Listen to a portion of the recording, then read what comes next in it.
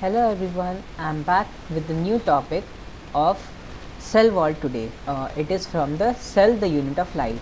But before that, I'll just give you a brief summary of cell membrane. So the latest model which is now being used is fluid mosaic model. It was given by the scientists Singer and Nicholson. Okay, so there are proteins can be categorized into different types on the basis of where they are found, on the basis of ease of extraction. First is peripheral protein or extrinsic protein, which are found at the topmost or bottommost layer of the cell membrane. Second is intrinsic protein or integral protein, which are hard to extract and are found inside or are present inside the cell membrane. Okay, now further they can be classified into two types. One is partially embedded intrinsic protein and second is fully embedded intrinsic protein. Now there were three types of proteins which we found, okay, in the fully embedded proteins. First one was channel protein or tunnel protein, which helps in passive transportation. Okay, second is carrier protein, which helps in active transportation of materials, and also it helps in passive also. Third is structural protein. It helps to provide structure to the cell membrane. Okay, now we discussed about the functions of the cell membrane also, like it helps in cell division, it helps in cell growth, then it also helps in different types of secretions. It helps in endocytosis and exocytosis, and also helps in interdigitations. Okay, endocytosis is basically when cell intakes food particles, then it is known as endocytosis. There are two types of endocytosis. Okay, first is phagocytosis, second is pinocytosis. When the cell takes in some solid food particles, then it is known as phagocytosis. Second one is pinocytosis, when cell intakes a large amount of liquid particles. Okay, then it is known as pinocytosis. And another type is cell vomiting, or also called as exocytosis or amniocytosis. In this case, cell excretes a large amount of waste materials outside the cell membrane. Okay, now today we are going to discuss about the cell wall. Cell wall is first we will discuss the physical properties of cell wall. Cell wall is basically thick in nature and rigid. It is also dead and permeable. Now we will see the chemical properties, how it is formed. Like bacterial cell wall is formed by the peptidoglycan. Fungi cell wall is made up of chitin. Algae cell wall is made up of cellulose, galactans, mannans, and minerals like calcium carbonate. Now last comes plant cell wall. Plant cell wall is composed of cellulose, hemicellulose, pectins, and proteins. Today we are going to discuss about the plant cell wall. Okay, let us see the diagram and which will help us to visualize it even better. See, these are basically two plant cell walls, two plant cell and cell walls. First comes primary cell wall, which is present at the outermost layer of the cell wall. Second is layers of secondary cell wall. Secondary cell wall are basically S1, S2 and S3. Now third comes is tertiary cell wall. Tertiary cell wall is not present in all the cells of plant. It is present only in the angiosperms. Okay, now inside that comes the cell membrane.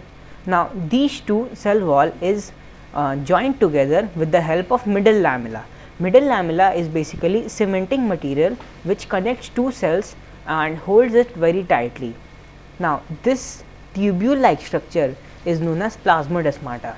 This term was given by the scientist Strasburger. Plasmodesmata is a cytoplasmic bridge traversing through the cell wall, or basically can say crossing through the cell wall of two different plant cells. Okay, now these are basically endoplasmic reticulum of two different cell walls. Okay, when endoplasmic reticulum connects with each other, and when it is inside the plasmodesmata, then it is known as desmotubule. And in the plasmodesmata there are protein deposits which helps to keep the cell organelles of different plant cells at their own space, at their own cell. Otherwise they may flow from one cell to another cell. That is why protein deposits help us to stop this thing.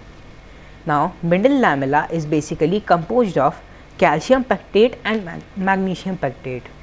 Next thing comes is function of cell wall. How does a formation of cell wall, cell wall is basically formed when large number of glucose.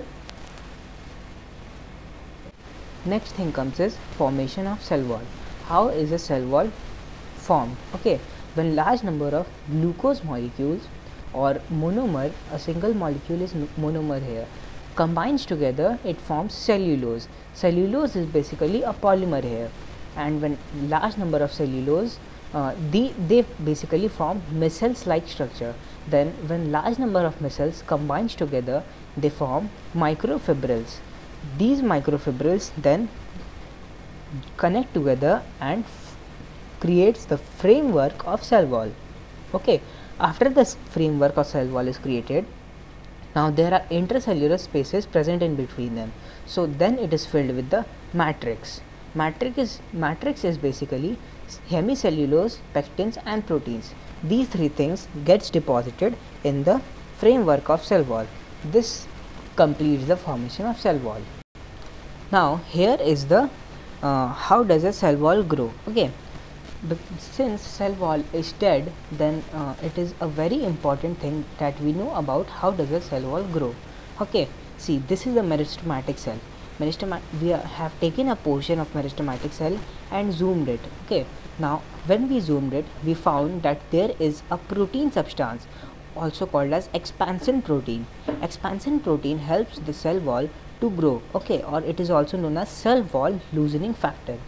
See, when this cell wall grows, this expansion protein expands, which helps to enlarge the size of the primary cell wall. Okay, now after that a secondary cell wall is composed.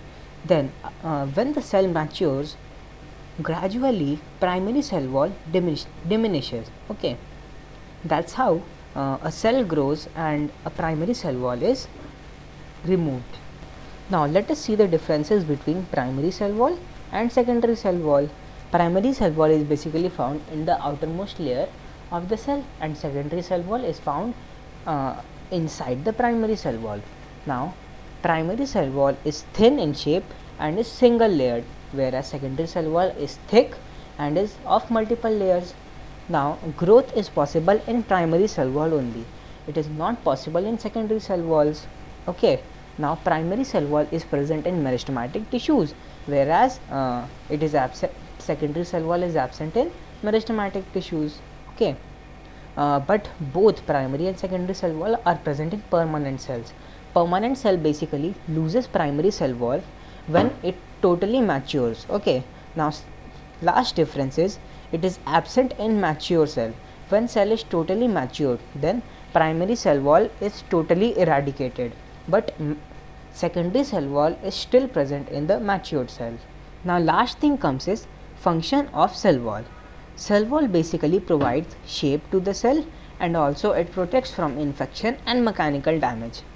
Cell wall also helps in cell to cell interaction, as you saw the plasmodesmata structure. Okay, and the last thing is it provides barrier against undesirable macromolecules. There are some of the substances which are not required by the cell, so it provides a barrier against it and protects the cell also. Okay, that's all for today. Thank you.